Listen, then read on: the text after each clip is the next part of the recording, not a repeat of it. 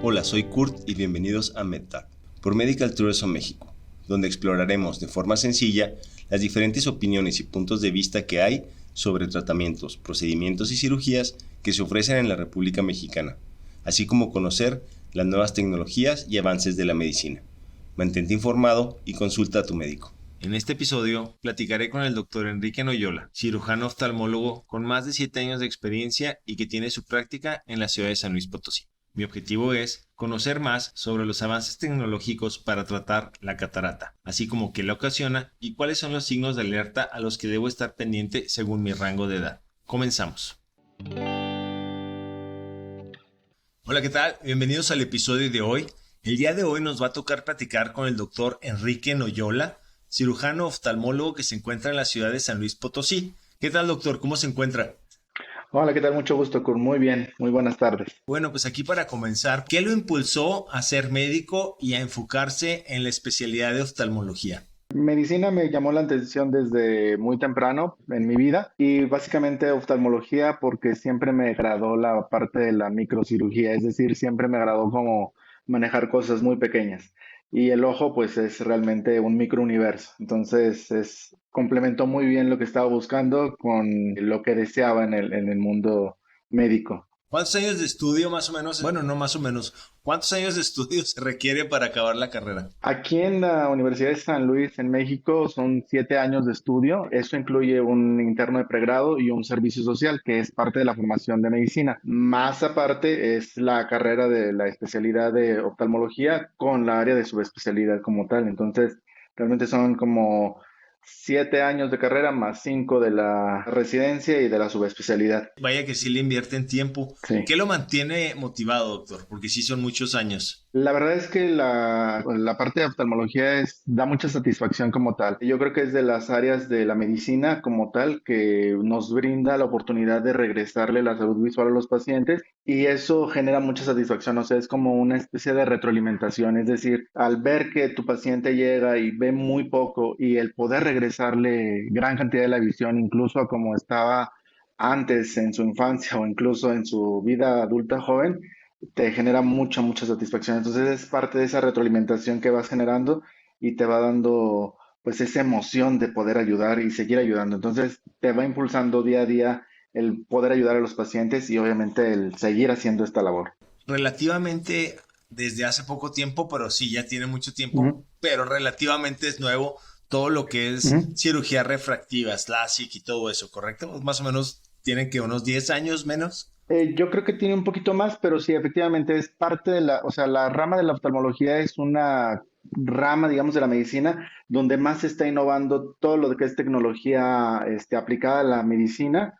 Entonces, sí, por ejemplo, LASIK ya tendrá más o menos unos 30 años, pero, o sea, todo, por ejemplo, la tecnología de lentes intraoculares, la parte de los láser, distintos tipos de láser, es algo que se va agregando, digamos, como día a día, porque sí, en un año podemos tener cierta tecnología y al siguiente año ya es una tecnología un poquito diferente a lo que estábamos acostumbrados y pues bueno, implica también que nos estemos actualizando constantemente en el manejo de toda la tecnología que se va suscitando. ¿La cirugía refractiva es parte de la educación que ustedes tienen o eso se requiere un estudio aparte, un curso aparte? Normalmente sí requieres digamos como un curso especializado en esa parte, porque si bien es cierto, sí, o sea, tú como oftalmólogo general aquí en todo México, puedes salir practicando ciertas cirugías, pero realmente el que te vayas posicionando y el que te vayas mejorando o puliendo en tus técnicas sí requiere que vayas tomando cursos y obviamente información al respecto. Entonces, sí es importante pues mantenerse actualizado. Obviamente hay médicos que cuando salieron toda esta tecnología no estaba y pues obviamente la han tenido que ir a adquirir poco a poco, como por ejemplo incluso en cirugía de catarata, ¿no? O sea, me tocó a mí que cuando yo salí era una cirugía que se hacía básicamente con ultrasonido y a mí todavía me tocó la formación que justo en ese año se dio la transición donde ya estábamos haciendo cirugías con láser en cirugía de catarata. Wow. Entonces, la gente que no salió en ese momento, pues obviamente tuvo que adquirir este conocimiento. Ahí creo que esta pregunta todo el mundo se la hace porque andamos buscando y lo dice oftalmólogo, oculista, optometrista. ¿Cuál es la diferencia? El oftalmólogo es el médico dedicado a o sea, a la parte médica con una, digamos, formación médica en la parte de los ojos. El optometrista es aquel especialista que tomó, digamos, la carrera como tal de optometría y ellos también son capaces de dar algunos diagnósticos, tanto médicos como clínicos, pero van más enfocados en la parte óptica, es decir, en la parte de colocación de lentes, adaptación de lentes de contacto y pues obviamente como tienen conocimientos propiamente del ojo, hay quienes son muy buenos y la verdad que te pueden ayudar ya a conseguir incluso algunos diagnósticos un poquito más profundos. Pero la parte de la oftalmología es mucho más compleja, es decir, tienes que relacionar muy bien las cosas médicas con obviamente la salud visual. ¿Y el oculista? Digamos que es como la parte coloquial que le han dado al oftalmólogo, pero es básicamente el mismo. Entonces, es oftalmólogo, oculista, es Ajá, básicamente lo así mismo, y es, el el optometría, optometrista ajá, es el que se encarga de los de lentes. los lentes, así es. Eso es muy importante para la gente que anda buscando una evaluación y ve optometrista, por más bueno que sea o se esté recomendado, siempre hay que acudir con un oftalmólogo. Así es, totalmente. Para empezar un poco con Ujú, el tema de hoy trata lo que es la catarata. ¿Nos podría ujú. platicar qué es una catarata? Sí, claro. Mira, la catarata es como se los explico a mis pacientes casi en términos muy sencillos. Nosotros tenemos un lente dentro de nuestro ojo, es un lente natural. Con ese lente nacemos, es un lente transparente. Ese lente se llama cristalino. Con el paso del tiempo, este lente se va volviendo opaco o va perdiendo sus propiedades de transparencia. Cuando es así que ya no es tan transparente este lente, ya es como cuando decimos que esto se convirtió en una catarata. Actualmente el término como tal ha cambiado un poco porque si bien es cierto, anteriormente se esperaban o decían, ay, deja que la catarata madure como si fuera una fruta. La verdad es que actualmente ya no, o sea, todo lo que es opacidad de cristalino le denominamos catarata, que esta puede estar desde edades muy tempranas como recién nacido hasta edades muy tardías como un adulto mayor, ¿no?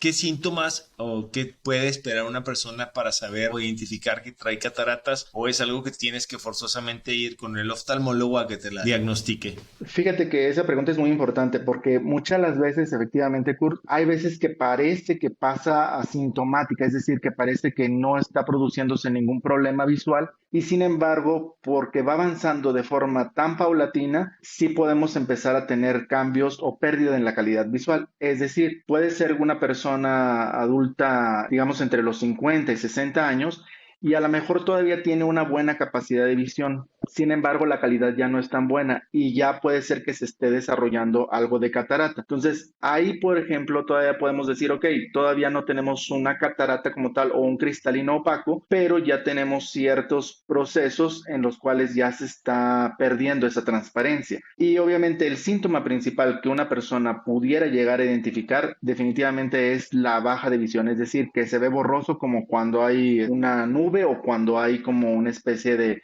neblina, por decir así.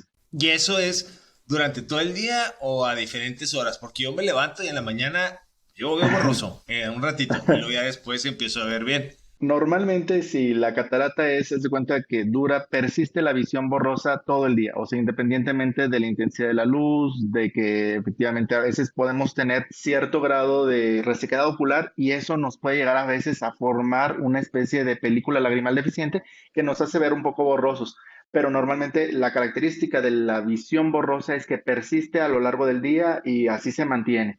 Entonces ya es cuando tenemos que empezar a sospechar que efectivamente ya hay algo que nos obstruye la visión. En la parte de cuando tú vas con un optometrista o vas a un examen visual de estos donde te checan tu graduación con un aparatito, muchas de las veces ahí te pueden decir, ¿sabe qué? No salió su graduación, probablemente ya hay algo que le esté ocasionando que no esté pasando la graduación y por lo tanto hay que acudir con su médico para que lo diagnostique. Entonces, ese es también a veces como un tip donde los optometristas te pueden ayudar a saber de cierta manera si ya tienes un proceso de opacidad de tu lente natural, que en este caso catarata.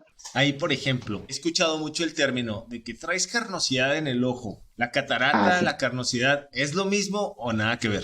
Nada que ver, Kurt. De hecho, qué buena pregunta que lo haces, porque efectivamente muchos de nuestros pacientes se confunden a la hora de decir, ¿sabes qué? Es que yo tengo carnosidad o tengo catarata y parece que es lo mismo. Normalmente la mayoría de la gente, en términos coloquiales, la carnosidad es como la telita que se alcanza a ver de forma roja cerca de la superficie del ojo. Es como si fuera una especie de enrojecimiento y que normalmente va cubriendo como la parte transparente de nuestro ojo, ¿no? Eso es lo que comúnmente la gente le conoce como carnosidad. La catarata muchas de las veces no se alcanza a apreciar por el paciente, es decir, la única manera que el paciente puede darse cuenta que hay una catarata es que está viendo borroso, ¿no? Entonces, como es un lente que está interno en el ojo, muchas de las veces no se aprecia. Hay veces que se puede apreciar como la pérdida del brillo de los ojos. No sé si tú volteas a ver a alguien a la cara, a los ojos, y tú le puedes ver como ese brillito y dices, ah, bueno, o sea, se ve una mirada cristalina, una mirada transparente,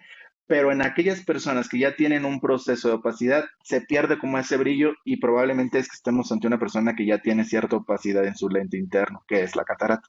Hmm, ok, y ahí le va la pregunta del millón. ¿Por qué Ajá. salen? Mira, las cataratas salen por distintas causas. Efectivamente, es una pregunta muy importante también, porque la mayoría de las causas de la aparición de la catarata básicamente es por edad, es decir, porque el cristalino ya pierde sus propiedades de transparencia por distintos procesos de oxidación, es decir, ya sea radiación, inflamación, que normalmente la edad lo misma los va dando. Pero, por ejemplo, hay niños que pueden ya tener catarata desde el momento de nacimiento. Esto es condicionado básicamente genéticamente, es decir, por la formación de las proteínas del ojo, pues estas proteínas no están transparentes y empiezan a consolidarse y obviamente eso hace que se genere una opacidad. En la mayoría de los casos, actualmente tenemos enfermedades crónicas como lo son la diabetes e hipertensión que alteran el metabolismo y este metabolismo, es decir, es como el funcionamiento normal de nuestros órganos, hace que pueda acelerarse el proceso de que se opaque nuestro lente natural y que aparezca una catarata. Pero digamos que la mayor cantidad de causas de aparición de catarata es la edad.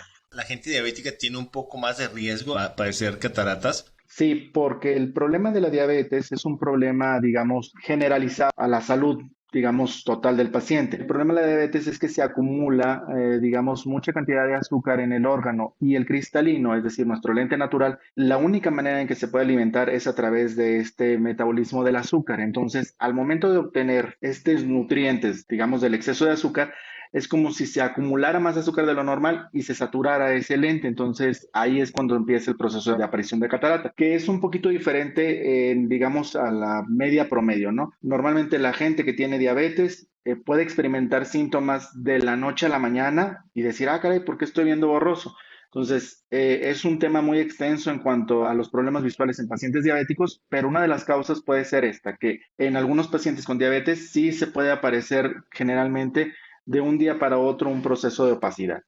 Y ahí en los niños, he escuchado Ujú. también un término que dice, tienes cataratas porque tienes ojo vago o que son Ah, ok. congénitas. ¿Nos podría platicar un poquito y aterrizar esos dos conceptos? Claro, sí, sí, totalmente. Fíjate que en los pacientes con cataratas congénitas o cataratas de nacimiento es algo complejo porque el desarrollo visual de una persona, digamos, normal, empieza desde el nacimiento hasta más o menos los 6 años. Cuando existe un bloqueo en la visión, es decir, una catarata desde edades muy tempranas, se tiene que resolver de preferencia lo más pronto posible porque si no, no se lleva a cabo ese proceso de estimulación de forma correcta. Cuando este proceso de estimulación visual se bloquea por la catarata, entonces el cerebro empieza a preferir aquel ojo o aquella visión que es, digamos, más sencilla para nuestro cerebro. Entonces, en este caso, el ojo que no tiene catarata. Es ahí cuando se genera lo que se le denomina ojo flojo o ambliopía, que sería como el término médico. Esta ambliopía puede ser de distintos grados, o sea, puede ser algo desde muy leve en el cual, pues a lo mejor sí, con cierta graduación podemos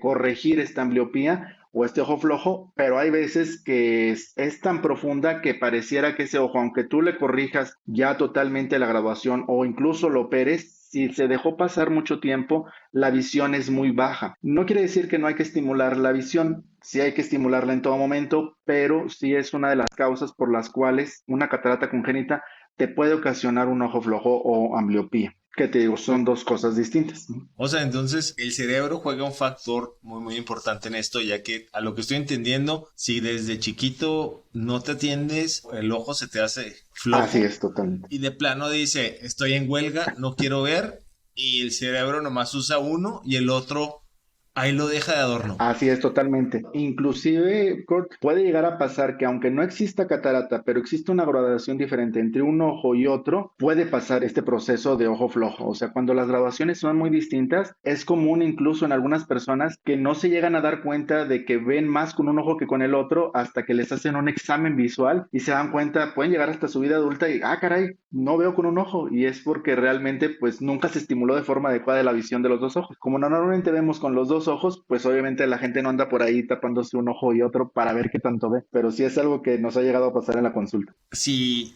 yo tengo mi bebé recién nacido, o bueno, ya está, no sé, 2 años o un año, 2 años, 2 años. Ujú. ¿Qué puedo hacer yo? Llevarlo al doctor para que me verifique que no tiene ojo flojo, porque pues digo, si me espero a que el chamaco tenga 5 años y ya que me diga, pues yo creo que ya eso se pudo haber prevenido. Digo, el tema era catarata, pero se me hace muy No, no, sí, importante esto como, perfecto, sí. como para no mencionarlo.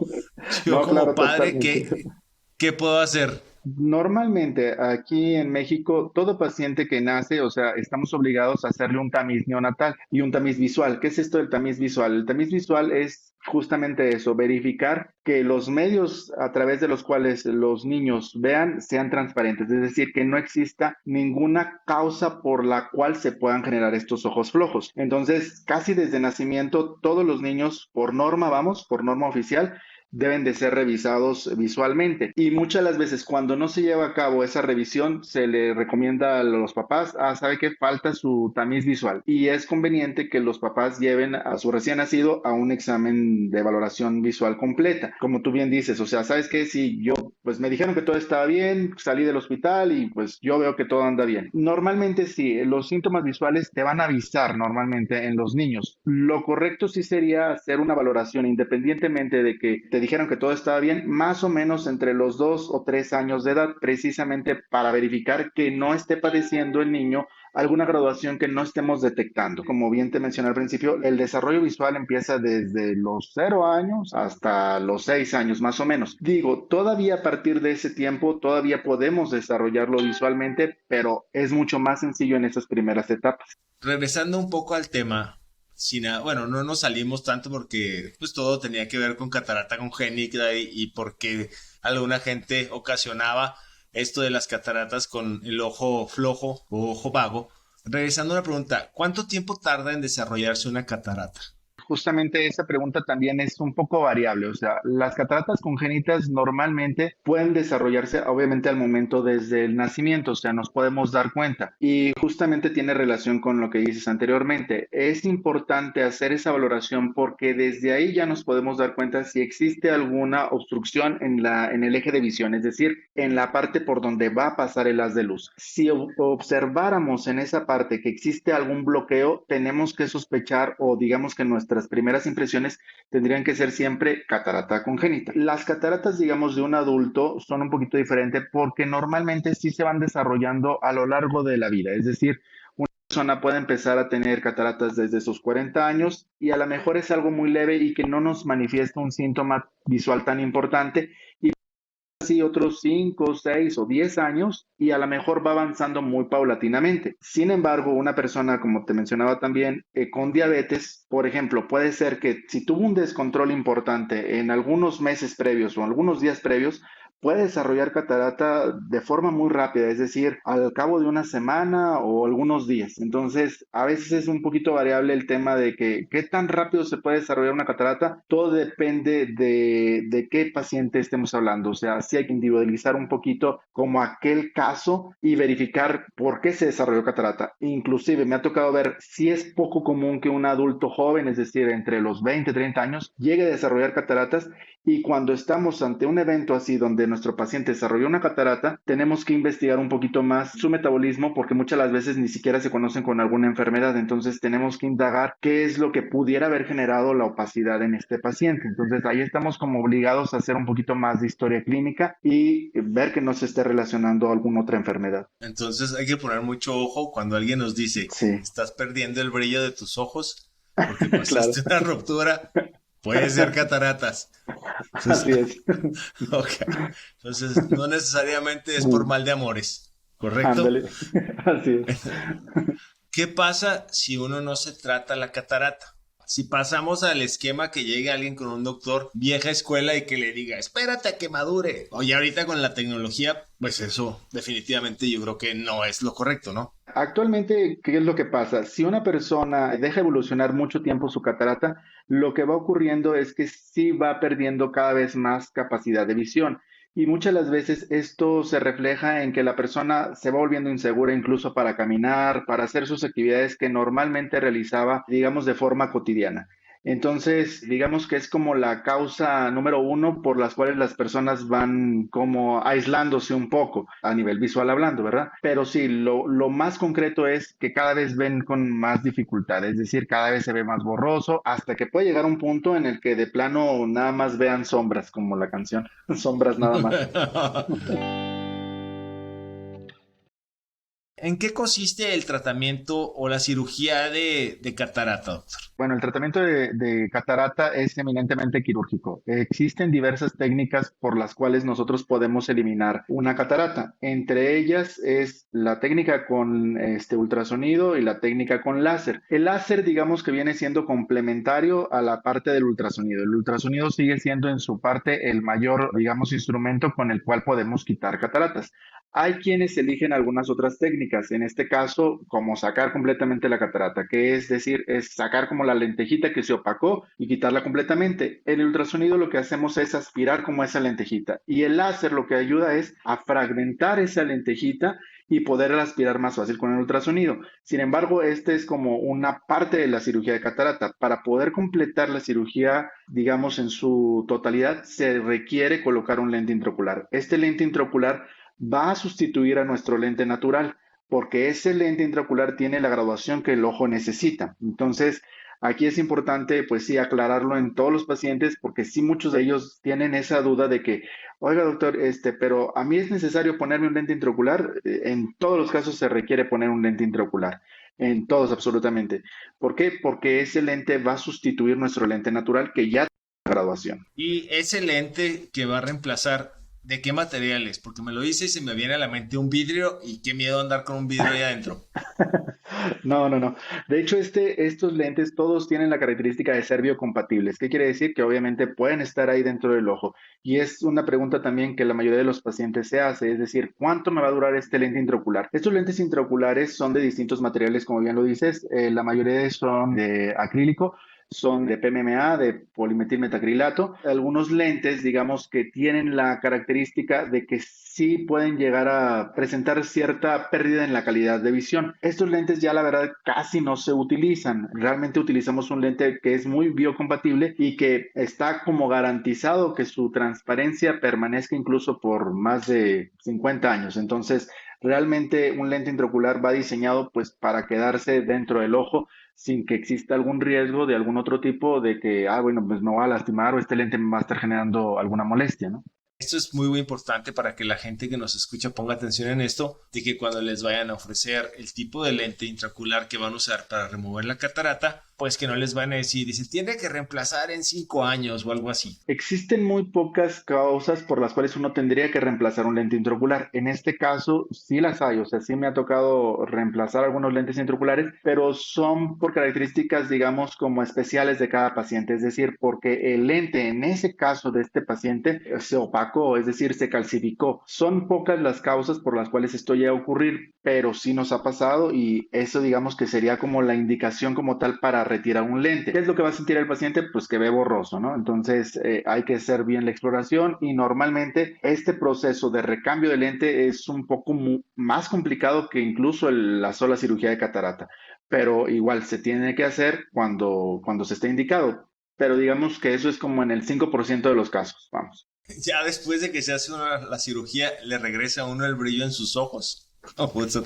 Sí, totalmente. De hecho, hay algunos que como que les brilla de más el ojo. Entonces, si te dicen, ¿y ese brillo qué? No, pues es el brillo del lente. Excelente. Ahí Ujú. el enamoramiento después de abrir los ojos. Así es, Entonces totalmente. la pregunta del millón, ¿es mejor atendérsela pronto la catarata o si dejar que madure? No, fíjate que ese término de maduración, pues se utilizaba anteriormente, hace algunos años, precisamente porque la técnica que ocupaban era una técnica un poquito más, digamos, invasiva, en el sentido de que, pues, se esperaba que la catarata estuviera muy dura. Hablemos de dureza. Cuando una catarata pasa mucho tiempo, en lugar de volverse, de estar blandita, está muy dura, está muy rígida, como una piedrita. Entonces, para poder retirar esa catarata, se tenía que, literal, como abrir el ojo. Entonces se sacaba la catarata y el resultado visual, pues ahí como que sí o sí se garantizaba, porque decía, bueno, pues ya está viendo, vamos, ya no ve sombras nada más y ahora sí ve. Actualmente ya no, porque como la cirugía es menos invasiva, sí es recomendable que si apenas está empezando el paciente con cierta opacidad y ya genera molestia, pues lo mejor es ya retirarla para evitarnos este tipo de complicaciones en el futuro. Hablamos de que la catarata se tiende a complicar más cuando es más dura o es decir que ya tiene más tiempo. Ahí en adultos, si digamos, no me voy a tratar hasta que ya no vea, ¿no? Y ya está uno más grande. ¿Corres riesgo de que a una edad adulta se te haga el ojo flojo? O nomás es de niños eso. Fíjate que sí hay algunos reportes en donde efectivamente hay riesgo de que sí hay una menor estimulación visual y lo que pasa en un adulto cuando no hay una estimulación visual adecuada en alguno de los ojos, lo que puede ocurrir es algo parecido a un ojo flojo, que es ciertas desviaciones oculares, es decir, si un ojito puede empezar a ver menos y puede perder cierta capacidad de enfoque y esa capacidad de enfoque se traduce en desviación ocular. Entonces, es algo parecido. Sí, normalmente después del tratamiento con la cirugía de catarata, ese ojo se recupera y llega a tener, si no existe otra cosa más que lo esté, digamos, desviando, vuelve a tener su visión normal y el ojo se vuelve a posicionar en su lugar. ¿Y qué tan riesgoso es hacerse el procedimiento de cirugía de catarata? Es una pregunta que muchos pacientes hacen y qué bueno que la mencionas. Todo tipo de procedimiento, desde una inyección cord, siempre va a ser riesgoso. Es decir, siempre vamos a tener riesgos que pueden decirse, bueno, pues sabes qué es que pues, el riesgo por una inyección es una infección, ¿no? Ok, en la cirugía de catarata también. Estos riesgos van desde, obviamente, infecciones, no poder colocar el lente, que la catarata esté tan dura que tengamos que hacer otro tipo de procedimientos, etcétera. Pero digamos que todo esto, precisamente para eso es la valoración previa a la cirugía, para nosotros poder anticipar y poder medir ese riesgo, de tal manera que si nosotros estamos viendo que un paciente tiene un poco más de riesgo, pues obviamente lo vamos a minimizar con esos pequeños cambios en las técnicas. Entonces, estos riesgos se minimizan protocolizando cada uno de nuestros pacientes, de tal manera que digamos que el riesgo para una cirugía de catarata en manos adecuadas es mínimo. O sea, igual siempre les platico a los pacientes esta parte. Si de un 100%, o sea, ese riesgo quizá va a ser un 5% de que se llegue a complicar. Y de esos 5% de complicaciones, digamos que podemos resolver el 80% de esas complicaciones durante ese momento de la cirugía. Entonces, de tal manera que ese riesgo cada vez se vuelve menor. No quiere decir que no exista, porque realmente siempre vamos a tener riesgos, pero esos riesgos los vamos minimizando, protocolizando a cada uno de nuestros pacientes, ¿no? Supongo que ya llega al punto del de que es más riesgoso que no veas y que te caigas en un hoyo a que te operen la catarata. Totalmente, y eso es algo que los pacientes muchas las veces se les explica porque efectivamente, o sea, una caída en un adulto mayor representa el riesgo de una fractura, por ejemplo. Claro, o sea, ya corre más riesgo de caerte de las escaleras que operarte de las Claro, cataratas. Ok, claro. totalmente. ¿En qué consiste la recuperación? Fíjate que la recuperación, igual con las técnicas de mínima invasión, que son todas las que estamos hablando actualmente, la recuperación visual actualmente es muy rápida. Es decir, si un paciente tiene una opacidad, digamos, moderada o severa, pues prácticamente va a notar el cambio saliendo del quirófano. Va a notar que ya está viendo pues prácticamente al momento de que sale de la cirugía. Normalmente tendemos a poner, digamos, un parche oclusor para que el paciente durante ese día pues no tenga ciertas molestias y ya se le está dejando Durante esta semana de recuperación, un tratamiento que consiste en gotas, estas gotas van a ayudar a desinflamar y prevenir infecciones. Esta desinflamación ocurre durante esa semana. Digamos que esa semana es como lo más importante para verificar que el paciente vaya evolucionando de forma adecuada. Normalmente nosotros indicamos al paciente verlo después al día siguiente de la cirugía y a la semana para valorar que todo siga bien. En algunos casos hacemos algunas excepciones porque algunos pacientes no pueden permanecer, digamos, mucho tiempo aquí o son pacientes foráneos. Pues bueno, se les da las indicaciones, al día siguiente sí lo vemos y ya posteriormente le damos la indicación de que sí sería conveniente volverlo a revisar en una segunda ocasión, ya sea a las 2 o 3 semanas, para valorar cómo vamos. Y obviamente se les indica cuáles son esos riesgos posibles en caso de que se presenten, acudir de inmediato a un oftalmólogo, ¿no? Pero digamos que la recuperación es sencilla, o sea, más o menos en términos concretos es unos 5 días, digámoslo así. De ahí, digamos, yo traía la catarata, toco madera, que no, No, seguro. me hago la operación y no usaba lentes. Después de que me hicieron la cirugía, ¿voy a usar lentes o no tiene nada que ver con la graduación de mis ojos actuales? Normalmente no ocurre. Normalmente, digamos que el lente intraocular va diseñado para sustituir toda esta graduación de nuestros pacientes. Hay pacientes que tienen graduaciones un poquito complejas, es decir, que tienen graduaciones muy altas o que tienen astigmatismos muy altos. En su totalidad, la mayoría de estos casos necesitamos hacer un estudio previo a la cirugía para calcular ese lente. Y este lente, sí existen distintos diseños de lentes actualmente. Digamos que estos lentes intraoculares, la mayoría o el gran número de los lentes que actualmente se ponen, son lentes que van a corregir la mayor cantidad de visión lejana. Sí hay lentes intraoculares que pueden corregir actualmente lo que se llama presbicia, es decir, la visión cercana, pero son lentes especiales o digamos que más sofisticados para algunas personas. Se les llama lentes premium, pero digamos que si lo podemos hacer en el paciente, lo ideal es quitarle toda la graduación para que el paciente ya no tenga que utilizar lentes.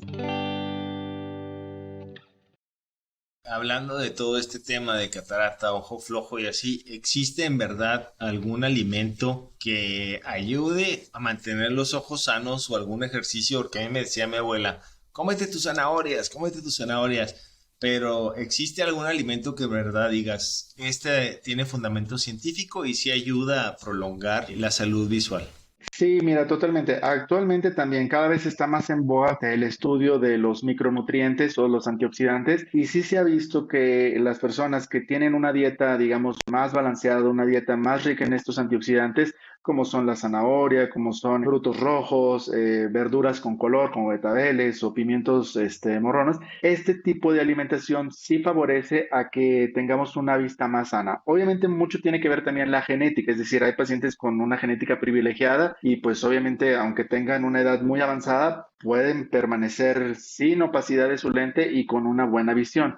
Entonces, sí juegan roles importantes todos los factores que mencionamos, o sea, tanto la alimentación, es decir, los antioxidantes, llámese naturales, como hay a veces complejos multivitamínicos que también te pueden llegar a favorecer en tu salud visual, pero normalmente sí tienen que estar recomendados por especialistas y obviamente, pues te digo, una vida balanceada, o sea, evitar, pues obviamente los excesos, ¿no? Evitar el alcohol, evitar el tabaco. El tabaco es algo que genera mucha oxidación en el cuerpo, independientemente de los daños pulmonares que puede causar, genera como un envejecimiento acelerado en todo el organismo. Entonces, sí, las personas que fuman llegan a tener un poquito más de riesgo de aparición de catarata. ¿Y algún ejercicio visual? Por ejemplo, cuando vas a yoga que te dicen, enfoca lejos y luego enfoca cerca y luego voltea para acá y luego voltea para acá. ¿Ayudan o nada que ver? No, fíjate que en cuanto a la aparición propiamente de la catarata, no. Sí te ayuda el que tengas justamente los distintos enfoques en tu mirada, es decir, que enfoques en cerca, que enfoques lejos, sí ayuda a que descanse la mirada, es decir, el que enfoques a cierta distancia, más de 6 metros, sí puede ayudar a que se relaje la mirada. Nosotros en nuestro ojo tenemos unos musculitos internos que justamente hacen ese proceso de acomodación, es decir, como que se ajustan. Entonces, muchas de las veces cuando estás mucho rato mirando la computadora, viendo o leyendo, tanto en celular como un libro, pues obviamente se forza esa acomodación y el hecho que relajes la acomodación, es decir, que mires hacia el horizonte, sí favorece cierto descanso a nivel ocular, ¿no? Entonces, pero vamos, o sea, es como, eso no influye en que te aparezca una catarata. Perfecto. Pues muchas gracias, doctor. ¿Y cómo lo encuentran? Me mando de su celular personal, por favor. Sí, mira, me pueden encontrar aquí en la ciudad de San Luis Potosí en los números 444-200-863, que es el número del consultorio. Estamos aquí ubicados en Avenida Palmira 650, Interior 3G, o bien en el Hospital de la Salud, ahí en la Clínica de Oftalmología Potosina Avanzada. También a través de ese mismo número que les acabo de dar, pueden encontrar a través de las redes sociales como Láser of Taquer, se pueden comunicar ahí a través de nosotros. Si solicitan alguna cita, nosotros les agendamos o los acomodamos en el espacio de acuerdo a la necesidad que ustedes tengan. Pues básicamente estamos a sus órdenes, cuando gusten, aquí estamos. Excelente. Pues muchas gracias por su tiempo, doctor. La verdad estuvo bastante entretenida toda la información que nos proporcionó y pues gracias por atendernos. No, gracias a ti, Kurt. Qué bueno que fue provechosa esta plática.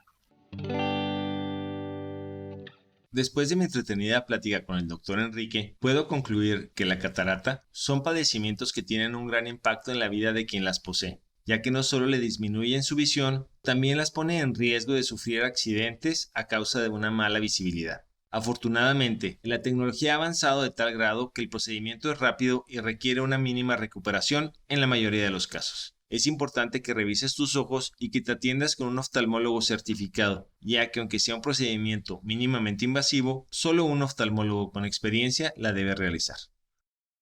Antes de escoger a tu doctor, investiga sus años de experiencia, así como el número de procedimientos que ha realizado, y si es miembro de las instituciones que regulan y certifican que cuenta con los estudios y conocimientos necesarios para realizar los procedimientos y cirugías que ofrece. La información mencionada aquí representa un punto de vista y no debe ser tomada como consulta o valoración médica. Gracias por haber escuchado y no se te olvide suscribirte a nuestros canales, déjanos tus comentarios, nos ayudará a generar contenido de tu interés en un futuro.